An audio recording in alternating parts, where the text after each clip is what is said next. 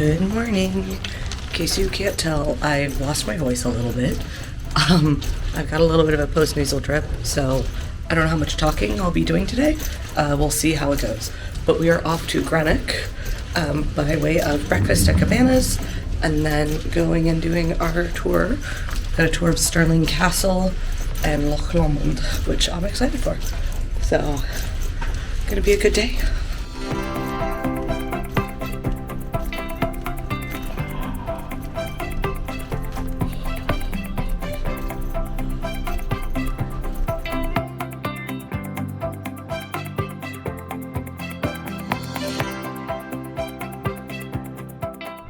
So, across the water now, you see that the tide is still moving around here, but across the water you see a big rock that just looks as though it's sitting there. Well, it is just sitting there at the side of the water. That's Dumbarton Rock, and on that rock you have a castle, a fortress and some dungeons. And the hills in front of you here are the Kilpatrick Hills. Down below the village of Kilpatrick, you'll see the church with the blue dial. It's a blue dial at the side of it.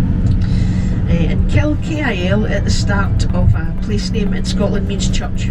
So Kilpatrick is the church of Patrick. So the patron saint of Ireland was actually born in Scotland. Who knew? But we don't see much because we like the Irish, and well, we think we like the Irish. And we've got St Andrew as our patron saint, and he was never ever in Scotland. So I genuinely don't know how the saint thing works. Crossing over the River Leven just now, and that runs into Loch Lomond. And Loch Lomond is the first loch that you'll get to see today. And loch in Scotland is a lake or a mass of water, so everyone else calls it a lake, we call it a loch.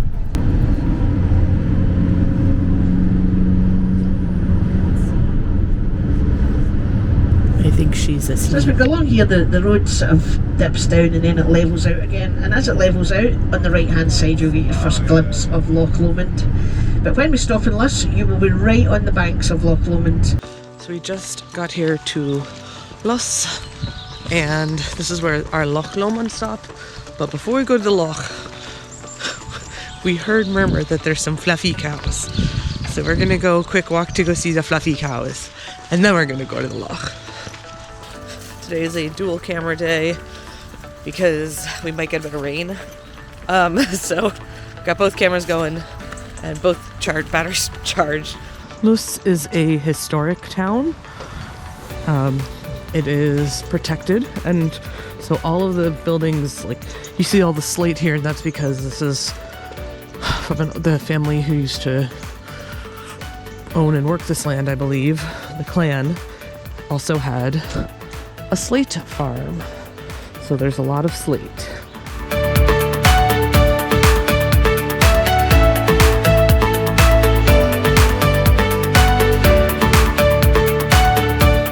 Let's see if we can get to cows this way.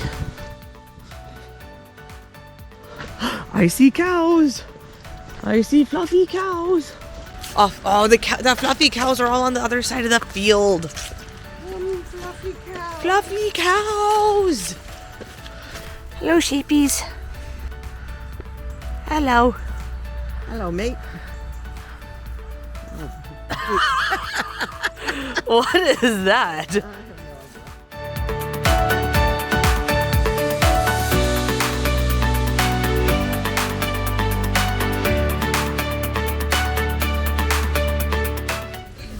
Interesting. This is not ER. This is not Elizabeth's. This has already been switched over. Hold on. Is he the king? Is he George? George, yeah. It's already been swapped over. George the 6th. Yeah.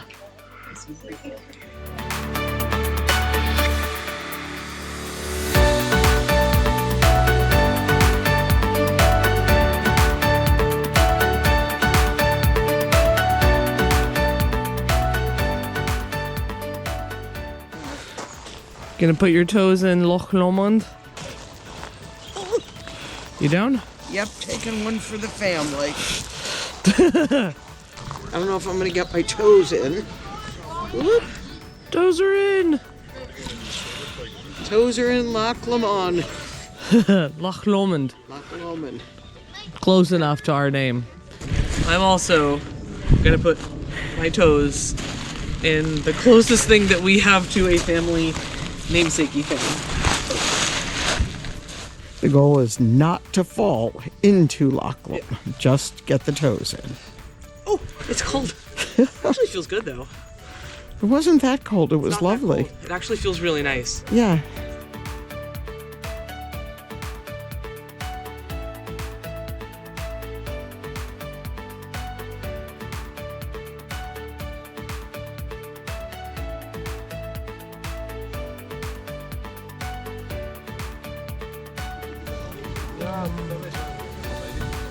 Loch Lomond. As close as we got to a family lake. One of the reasons we wanted to do this tour. Okay, this is super cute. There is a little ferry trail here that you can do. There's tickets, I think, as well that you can purchase just over here. Super cute. Of course, you cannot forget the unicorn, the emblem of Scotland. I think that pretty much wraps up our time at Loch Lomond. Would have liked to have like another probably 20 more minutes here, maybe 30, because I wanted to go check out the shop, but I don't think we're gonna have a chance. But it's super cute. We had an hour. Again, Loch Lomond is pretty small. They give you an hour to go. Sorry, Luss is pretty small. Loch Lomond is big. Luss, pretty small. Mostly people come to see the loch. Also, just a heads up, you do need to pay for the toilets here. So make sure you have a little bit of spare coin for if you need to use the toilet. But it's a pretty small little town and it's super cute. And they have some really cute little shops, but we didn't get to go into them. So we'll have to go into them at the next stop. With that, we're off to our next destination.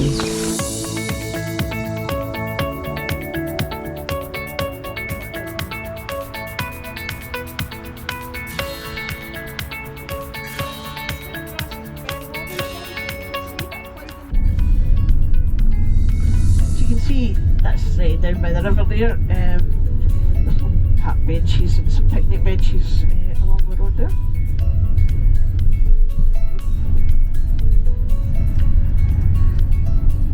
At this junction we're going to turn left, but you can actually walk right along the street a few towards the right, and there's a few bakeries etc. along there as well. What do we have here? This is Honey. She's a beauty. Can I reach? There we go. Oh, she is a sweetie. There. Lovely, I've got a bit of tongue on me. It's a little bit of a kiss. That was a bit drooly over there. Oh yeah. Would you like some? There you go. Thank you.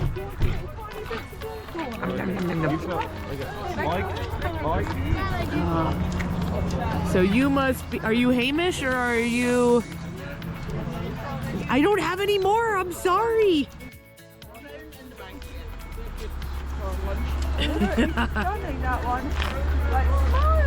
We got Hamish, Honey, and Baxter. Honey is the one that's colored like honey. Hamish is the one with the big horns, giving himself an itch. And Baxter is the one with the little horns, because he's not that big yet. There's a better view of Hamish. Big scratch.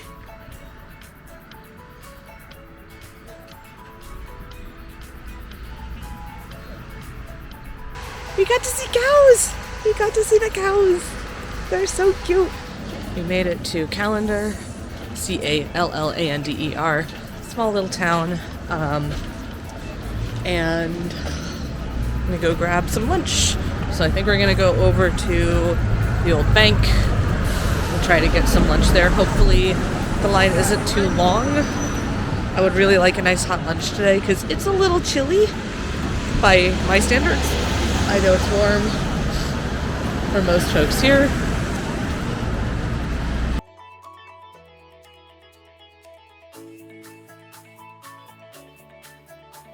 This is the steak pie over at the old bank here in Callendar.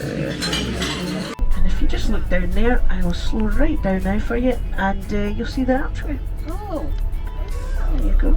Built in 97 AD. And the Pink Hotel itself, the Roman Camp Hotel. You're going to Liverpool tomorrow, yeah? Yes. So you may have heard of a small pop group called the Beatles.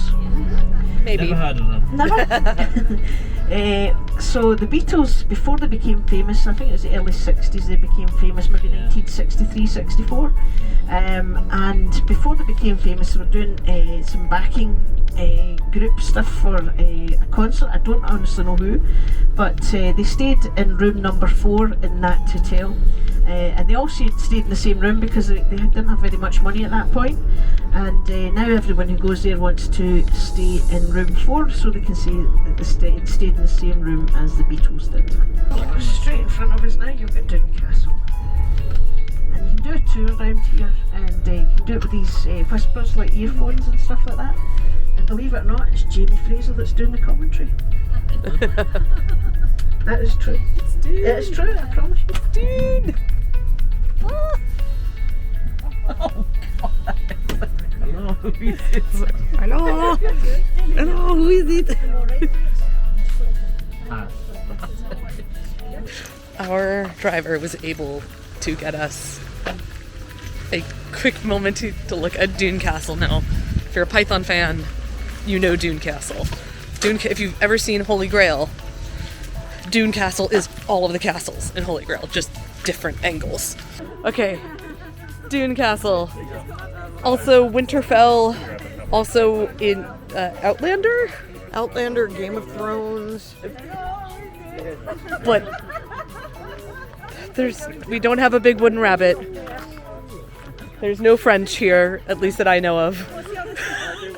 Oh my gosh. Who's gonna jump out of the rabbit?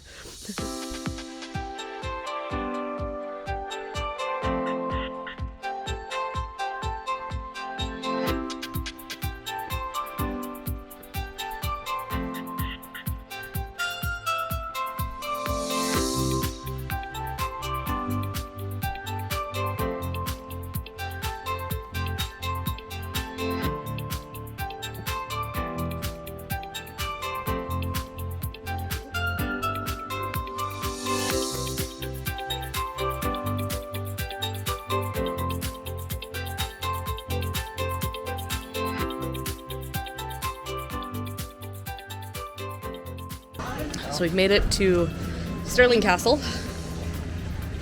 which I think is like the last big stop of the day, and the one Mum's most been looking forward to.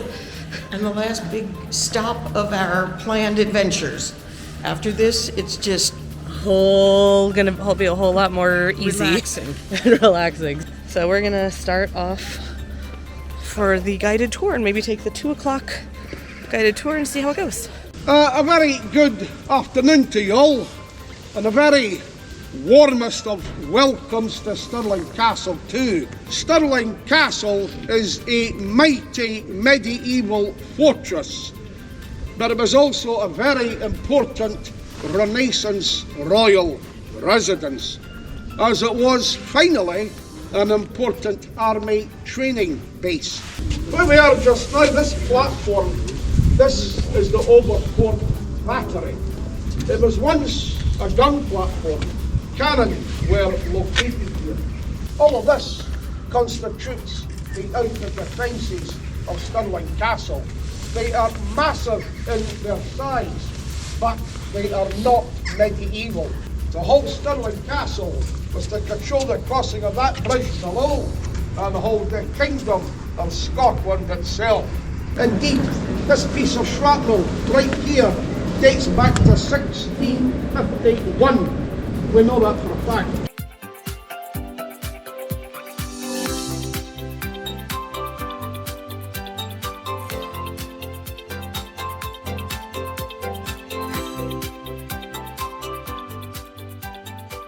This courtyard around us here, known as the Outer Close, was at that time a service area, full of different types of small workshops, all dotted about here to service the needs of the royal court at that time.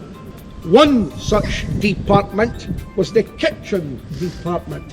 Very important to look after the royal cuisine of the day. Where the cannons are today is where once the great kitchen stood more than 500 years ago. The North Gate itself dating back to 1381, built in the reign of King Robert II, grandson of King Robert the Bruce. But more important still is the very first Stuart king in Scotland. When he becomes king in 1371, it was the beginning of the royal house of Stuart at that time, one of Europe's longest reigning royal families. Starting with Robert II in 1371, ending with Queen Anne in 1714. This was the back door to Stirling Castle until the year of 1689, when the Grand Battery is built. The royal kennels were kept here at the time, as were the royal birds of prey. And we think also a lion, possibly 2 lions kept down here.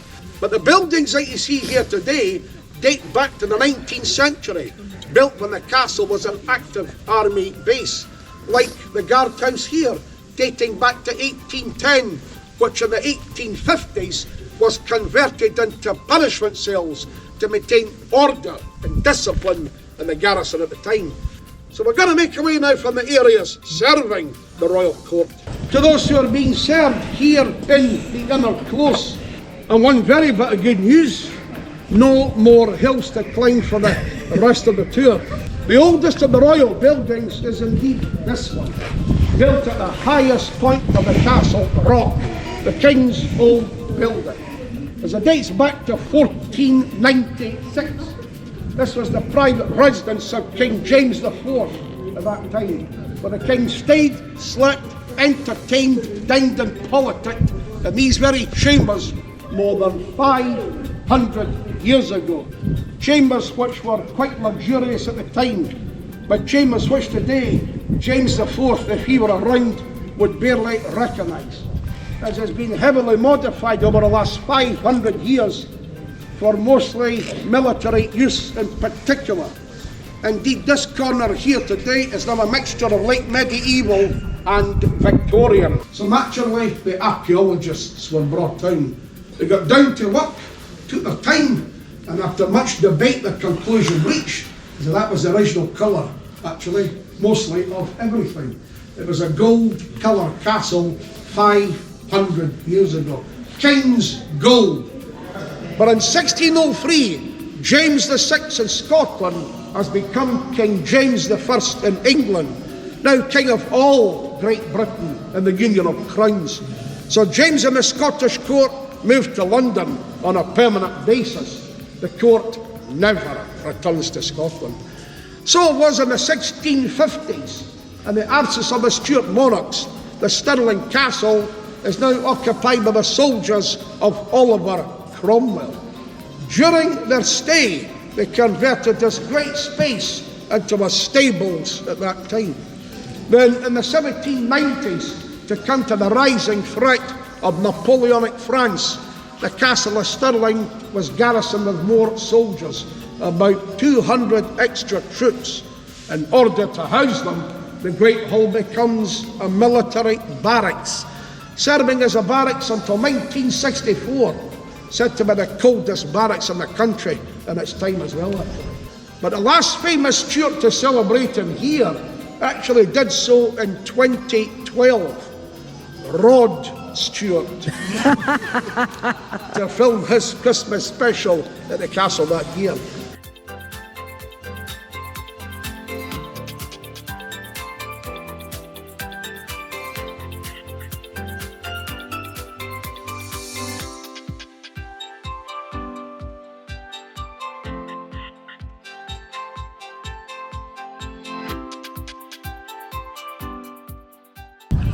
Sir Robert the Bruce, and Stirling Castle, a very defensible castle. So that's pretty much it from us for Stirling Castle today. We did do most of it with the guided tour. I wish we'd had a little time to go inside and see some things, but Yeah, it would have. This is one where you need more than like an hour, hour and a half. it really does need a little more time than we had. We basically had enough time for not even all of the guided tour. We had to cut out at one point. But beautiful castle, would like to come back at some point. But we probably will never make it. You never know. We may make it at some point, but we'll see. Good castle, beautiful castle, lots of history. Forgot to mention we got a goodie bag with water. And is it iron brew or iron brew? Iron brew. Iron brew. Gotta pronounce it right. Some lovely chocolates. A Malamar type thing, which is chocolate, biscuit, and marshmallow. And shortbread. So you've got a better view of George Square now. So George Square down to the right here. This is the main hub really. And oh look, they've put one in Prince Albert as well. That's a disaster. That will be coming down. So you get Queen Victoria, Prince Albert there. This is the only place that you'll find a statue of Queen Victoria on a horse.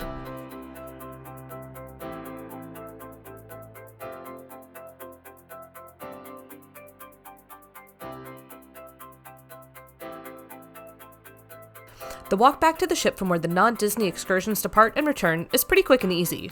A nice flat paved asphalt path just to the side of the gangway.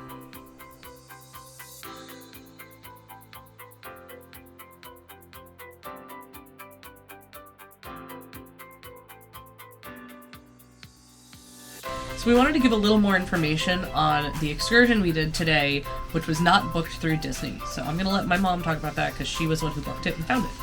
So I went out online and I looked up Glasgow tours because we were in Greenock, and I found Discover Scotland. We did the Loch Lomond, Trossachs, and Stirling Castle tour. It was £92 per adult, and it was $87 for seniors, me, which totaled £179 at the time.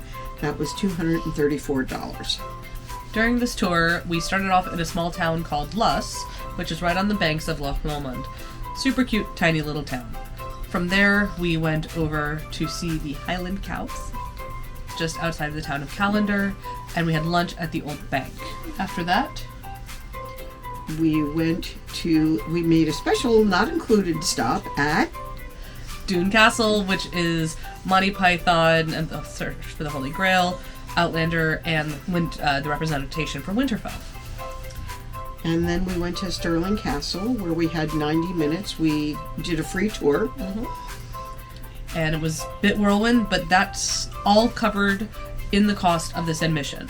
So all of that, including entrance to Stirling Castle, as well as some snackies to feed the cows, if they can make that happen. Again, Doune Castle was just a quick photo stop. We didn't get to go into it. And we left at 8 o'clock, and we were supposed to get back at 4:30, but because of traffic, we got back closer to 5, but that was okay because onboard time was 6:30. So we got very lucky with our excursion. I found it was worth it. Did you? I did too. It was a great option if you didn't necessarily want to book directly through Disney. And the tour guide was exceptionally knowledgeable. Her name was Karen, and they picked us up at the pier, so we didn't have to go find our way in to Glasgow. They came and picked us up here, which was a game changer. And one thing that was really great was our driver got us there about 15 minutes before the majority of all the big buses came, so we were able to get in, do what we needed to do, and get out. Yeah, we were always a little ahead of schedule, which was the best thing ever. We were able to beat the lunch rush into Calendar, which we got to pet the cows before we got to pet the cows before they were no longer hungry, and we got to pet the cows at all. Right. If we hadn't been running ahead of schedule, that might not have happened. Because she does this a lot, she knew Doune Castle was on the way, and she was willing to try to make that happen because we were a little ahead of schedule. So that was really, really great.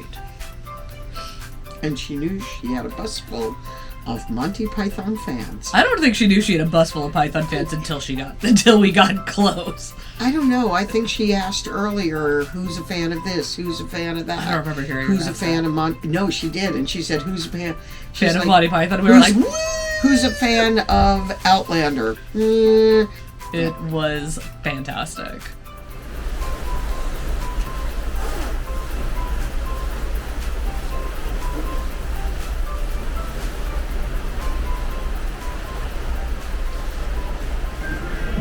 It's Animator's Palette Night, and I am changing in my normal order. I decided to get the butternut squash soup for my starter and get the pasta persets as my main, so we'll see how that goes. Also, we really love the roasted garlic dip here. I wasn't really feeling any of the mains tonight, so I asked for like a triple order of the pasta persets as my main, and they were able to make it happen. The lemon icebox pie for dessert. Yeah.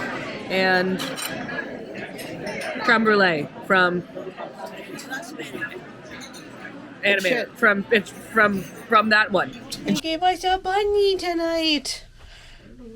We got some pixie dust. And we got some pixie dust, and we're not quite sure why. We did get a heads up that they were going to be doing some work on our room, so I'm wondering if this is related to that.